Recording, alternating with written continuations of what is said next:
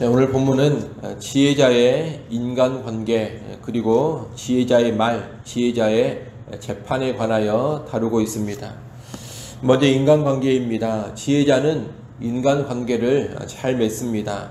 12절에 보면 새끼를 빼앗긴 암곰을 만날지언정 미련한 사람을 만나지 말라고 합니다. 새끼를 잃어 공격성을 드러내는 암곰보다 미련한 사람이 더 위험하다는 겁니다. 잠언이 말하는 미련한 사람은 공부 못하는 사람, IQ가 낮은 사람이 아닙니다. 여호와 경외할 줄을 모르고 하나님 말씀을 배우려고 하지도 않고 또 하나님 말씀을 순종하지도 않는 사람입니다. 그런 미련한 자는 곧 악인이고 그와 함께하는 것은 곧 함께 죽는 길로 가는 겁니다. 그래서 지혜자는 이런 미련한 자를 상대하거나 이런 미련한 자와 함께하는 일을 피하는 겁니다. 지혜자는 또 악으로 선을 갚지 않습니다. 은혜를 모르는 미련한 악인은 악으로 선을 갚습니다. 그런데 그렇게 살면 악이 그 집을 떠나지 않게 됩니다. 계속되는 저주와 재앙에 떨어지는 겁니다.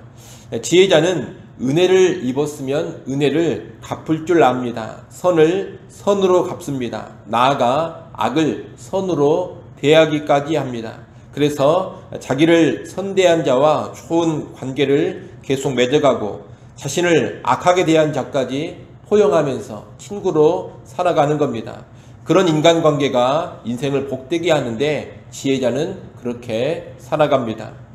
지혜자는 또 다른 사람과 큰 싸움이 일어나기 전에 시시비비를 따지는 일을 그만둡니다.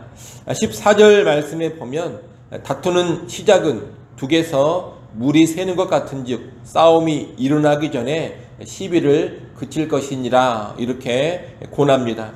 여기서 말하는 싸움은 법적인 소송을 의미하는 단어입니다. 작고 번거로운 문제로 시작된 다툼이 법적 소송으로까지 확장되는 큰 싸움이 될 때가 많은데 지혜자는 그런 방향으로 나가지 않는다는 겁니다. 지혜자는 사소한 것을 따지면서 다른 사람과 다투지 않습니다. 작은 문제들은 참고 넘어갈 줄을 알고 작은 손해본 것도 그냥 감수할 줄을 압니다. 또 인간관계에서 섭섭하고 불쾌하고 언짢은 것들도 시원스럽게 넘길 줄을 압니다. 그래서 큰 싸움을 피하는 겁니다. 지혜로운 사람은 또한 하나님을 본받아 사랑과 긍휼을 베풉니다. 이웃의 필요에 민감하고 그들의 고통에 공감하며 위급할 때 그들의 손과 발이 되어줍니다. 17절 말씀을 같이 한번 읽어보겠습니다. 17절 읽습니다. 친구는 사랑이 끊어지지 아니하고 형제는 위급한 때를 위하여 낳느니라. 아멘. 사랑을 베푸는 친구, 위급한 형제를 돕는 사람, 이 사람이 바로 지혜자요 의인인 것입니다. 반대로 19절에 언급된 다툼을 좋아하고 자기 문을 높이는 자는 미련한 사람입니다. 사람과의 관계에서 돕고 섬기며 평화를 추구하지 못하고 걸핏하면 갈등을 일으키고 다투는 사람이 있습니다. 자기 문을 높인다는 것은 자기를 드러내고 과시하기 좋아하는 교만을 뜻합니다. 이런 교만으로 행하는 자들이 미련하게 인간관계를 맺어가는 사람인 겁니다. 인간관계에 있어 또 하나의 미련함이 18절에 나옵니다. 그것은 분별력 없이 사람을 돕는 겁니다. 그 대표적인 예가 보증입니다. 18절에 보면 지혜 없는 자는 남의 손을 잡고 그의 이웃 앞에서 보증이 된다고 합니다. 남의 손을 잡는 것은 양자가 합의에 이르렀다는 의미로서 주로 보증을 서기로 합의했을 때 사용되는 표현입니다. 그런데 이렇게 합의해서 보증을 서주는 것이 지혜자가 아니라는 겁니다. 이웃을 돕는 일은 필요합니다. 하지만 적절한 분별력을 사용해서 도와가야 합니다. 보증은 상대방을 돕겠다는 행위이지만 이것은 실상 상대방과 자신에게 더 큰 해를 초래할 수가 있는 일입니다. 보증이라는 것은 상대방이 자기의 능력 이상으로 대출을 받거나 일을 할 때 요구되는 것입니다. 자기의 한도를 넘어서 빚을 내거나 어떤 일을 하는 것은 성경이 지지하는 삶의 방식이 아닙니다. 그래서 누군가에게 보증을 서는 것은 그 당사자에게도 그리 도움이 되지 않습니다. 또 보증을 서게 되면 자기의 재산과 삶을 자기가 주도하지 못하고 상대방이 어떻게 되느냐에 따라서 자기의 재산과 인생이 좌우되게 돼버립니다. 상대에게 종속되어서 내 재산과 내 삶이 무너져 버릴 수 있다는 겁니다. 이렇게 자기의 삶을 남의 손에 맡겨놓는 것은 지혜자가 할 일이 아닌 겁니다. 물론 우리는 보증을 서지 말라는 이 말씀을 문자적으로만 적용해서 보증을 서면 절대로 안 된다 이렇게 볼 것은 아닙니다. 왜 보증을 서지 말라고 하는지 그 이유, 의도를 알고 살아야 하겠습니다. 보증을 서지 말라는 교훈은 무리하고 무모한 일을 시도하는 상대방을 쉽게 돕지 말라는 것이고 자기의 재산과 삶이 다른 사람의 성패에 좌우되도록 방치해 두지 말라는 것입니다. 살다 보면 이웃사랑의 방편으로 보증을 서야 할 때도 있을 겁니다. 하지만 그럴 때에도 내가 감당할 수 있는 한도 안에서, 다시 말하면 상대가 실패해서 보증한 금액을 잃어버린다 하더라도 내가 충분히 감당할 수 있는 그런 한도 안에서만 보증을 서는 것이 지혜가 될 것입니다. 그렇게 해야 인간관계가 파괴적으로 끝나지 않는 겁니다. 결국 지혜자는 사람을 적절히 돕고 섬기면서 좋은 관계를 맺습니다. 사람을 기쁨으로 도와가지만 아무 생각 없이 무조건 돕는 것이 아니라 분별력 가운데 지혜롭게 돕는 겁니다. 우리 성도님들은 이런 지혜자가 될 수 있기 바랍니다. 다음으로 지혜자의 말입니다. 잠언은 우리가 계속 보고 있는 것처럼 계속해서 언어 생활을 다루고 있습니다. 그만큼 말이라는 것이 지혜자에게 있어서 중요하기 때문입니다. 20절에 보면 마음이 굽은 자는 복을 얻지 못하고 혀가 패역한 자는 재앙에 빠진다고 합니다. 패역하다라는 것은 올바르지 못하다라는 뜻입니다. 즉 바른 말을 하지 않는다는 겁니다. 바른 말을 하지 못하는 것은 그 마음이 이미 굽어 있기 때문입니다. 마음에서 말이 나오는 법입니다. 미련한 자 악인은 마음이 굽어 있어 패역한 말을 하는 겁니다. 반대로 지혜자는 바른 말을 합니다. 그는 마음을 잘 관리하며 바른 마음에서 나오는 바른 말을 합니다. 특히 지혜자는 바른 말을 할 뿐 아니라 때에 맞는 말을 합니다. 바른 말이라 하더라도 때에 맞지 않으면 오히려 해가 될 수 있습니다. 그래서 지혜자는 바른 말이라고 해서 아무 때나 누구에게나 그 말을 다 하고 다니지 않는 겁니다. 27절 말씀처럼 입술의 말을 아낄 줄 알고 냉철하게 판단해서 할 말, 안 할 말을 가립니다. 가끔 보면 말로 인해 관계가 틀어지고 나서 내 말이 틀렸어 이렇게 말하는 사람들이 있습니다. 자기는 바른 말을 했는데 뭐가 문제냐는 겁니다. 그런 경우는 말은 바른 말이지만 때와 사람을 제대로 가리지 못한 겁니다.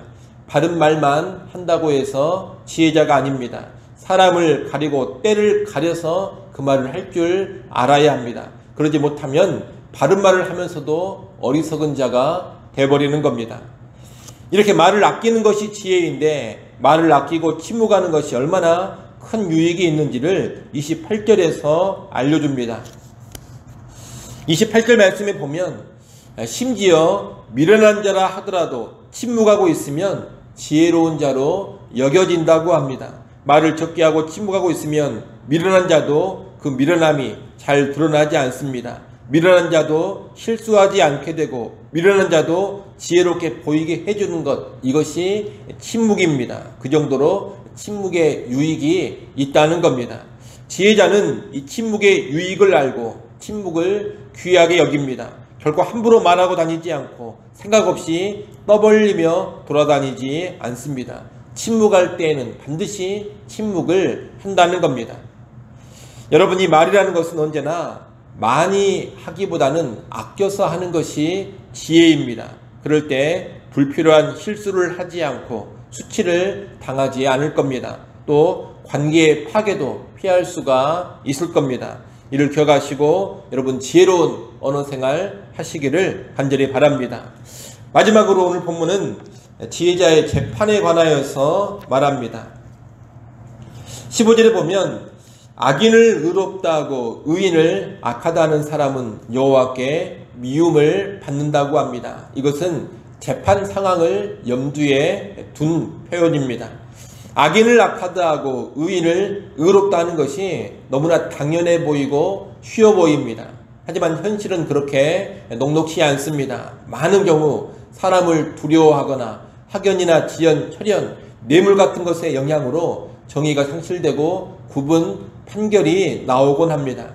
23절, 26절은 그런 그릇된 행태를 지적합니다. 뇌물을 받고 재판을 붙게 하는 일은 악인이 하는 일입니다. 그리고 의인을 벌하고 귀인을 정직하다고 해서 때리는 것은 선하지 않습니다. 하나님은 이런 행태를 미워하시며 그런 사람을 반드시 심판하십니다. 하나님의 미움을 받고 심판을 받기 때문에 이런 일을 하는 자들은 실상 미련한 악인들인 겁니다. 지금도 이 세상은 미련한 자들이 많아서 여전히 유전무죄, 무전유죄의 풍조가 있습니다. 힘있고 돈 있는 사람은 법의 심판을 쉽게 피해가는 그런 경향도 많습니다. 그러나 세상의 풍조가 이러하더라도 지혜자는 진정한 재판장이 되시고 심판자가 되시는 그 하나님을 두려워할 줄을 압니다. 하나님을 경외하는 가운데 정의로운 판단을 하고 공의로운 재판을 하는 겁니다. 우리 대부분은 실제 재판하는 자리에 서는 일은 거의 없을 겁니다. 그러나 일상의 삶에서 이익이나 관계에 매여서 바른 판단, 정의로운 판단을 외면하지 않아야 하겠습니다. 의인을 의롭다 하고 악인을 악하다 할 수 있는 사람, 옳은 말을 옳다 하고 잘못된 일을 잘못된 일이라고 말할 수 있는 사람, 여러분 그런 사람이 지혜자입니다. 여러분이 여호와를 경외하는 가운데 그런 공의롭고 정의로운 지혜자로 살기를 바랍니다. 이상으로 인간관계 말 재판에 관한 지혜자와 미련한 자의 모습을 봤는데 여러분이 미련한 자들이 왜 미련할까요? 16절 말씀에 보면 미련한 자는 무지하거늘 손에 값을 가지고 지혜를 사려함은 어찌민고 이렇게 말합니다. 미련한 자는 돈을 가지고서 쉽게 지혜를 살 수 있다 이런 생각을 한다는 겁니다. 지혜라는 것은 사실 부단한 지적인 노력을 해야 하고 내 삶의 다양한 여건 속에서 연단을 받으면서 얻어가는 겁니다. 그런데 미련한 자는 그런 수고, 그런 노력은 전혀 하지 않으면서 아주 가볍게 돈이나 주고 손쉽게 지혜를 얻으려 한다는 겁니다. 또 24절에 보면 지혜는 명철한 자 앞에 있거늘 미련한 자는 눈을 땅끝에 둔다고 합니다. 지혜는 명철한 자 앞에 있다는 말은 명철한 자는 항상 자기 눈앞에 지혜를 둔다는 뜻입니다. 명철한 자는 항상 그 시선을 지혜에 두고서 지혜를 배우고 지혜를 얻으며 살아갑니다. 그러나 미련한 자는 눈을 땅끝 보이지도 않는 먼 곳에 두면서 목표 없이 막연하게 살아갑니다. 그러면서 지금 배울 것을 배우지 않고 내 눈앞에 주어지는 지혜도 보지 않고 얻으려고 하지도 않는 겁니다. 그러니 미련한 자들은 계속해서 미련할 수밖에 없는 겁니다. 이런 미련한 자들은 부모의 근심거리가 됩니다. 21절, 22절, 25절에 사는 말이 그것입니다. 부모를 근심케 하고 부모의 뼈를 마르게 하고 고통스럽게 합니다. 미련한 자들은 가정과 공동체에 전혀 유익이 되지 않는 겁니다. 여러분, 미련한 자들은 그냥 미련한 것이 아닙니다. 지혜를 배우는 것을 늘 거부하고 지혜 얻는 것을 늘 피하기 때문에 미련한 자로 남게 되는 겁니다. 그 미련함으로 인간관계와 말과 재판에서 파탄을 일으킵니다. 그로 인해 가정과 교회와 사회에 근심과 해를 끼칩니다. 우리는 이런 미련함을 철저히 경계하고 언제나 지혜를 얻고 배워가는데 깨어 있어야 하겠습니다. 여러분, 날 때부터 지혜로운 자로 태어나는 것 아닙니다. 살아가면서 여호와 경외하는 법을 배우고 말씀 앞에 겸손히 서는 법을 배우고 듣고 배우는 말씀 앞에 적극적으로 순종하고자 하는 데서 지혜가 생기는 것이고 지혜자로 변화되어 가는 겁니다. 이를 꼭 기억하시고 우리 모두는 지혜를 배우며 지혜자로 살아갈 수 있기를 간절히 소원합니다. 기도합니다. 아버지 하나님, 우리 모두가 지혜자가 되게 하여 주옵소서. 가만히 있어서는 지혜자가 되지 않는다라는 것을 알게 하시고 적극적으로 여호와 경외하기를 배워가게 하시고 적극적으로 하나님 말씀을 듣고 배우게 하시며 또한 듣고 배운 말씀대로 살기 위해 주님을 의지하며 힘쓰는 우리가 되게 하여 주옵소서. 그래야 미련한 자로 남지 않고 지혜자로 변화되어 가게 하여 주시옵소서. 지혜자가 되어서 좋은 인간관계에 맺어가게 하시고 지혜자가 되어서 지혜로운 말 하게 하시고 지혜자가 되어서 이 세상에서 정의와 공의로 살아가게 하여 주옵소서. 이 시간 기도합니다. 우리의 기도 소리 들으시고 은혜 베풀어 주시옵소서. 우리의 가정과 자녀들을 위하여서 또한 교회를 위하여서 나라와 민족과 온 땅을 위하여 이 새벽 시간 기도하게 하시고 우리의 기도 가운데 하나님의 도우시는 기이한 능력과 큰 은혜를 누려가게 하여 주옵소서. 예수님의 이름으로 기도드리옵나이다. 아멘.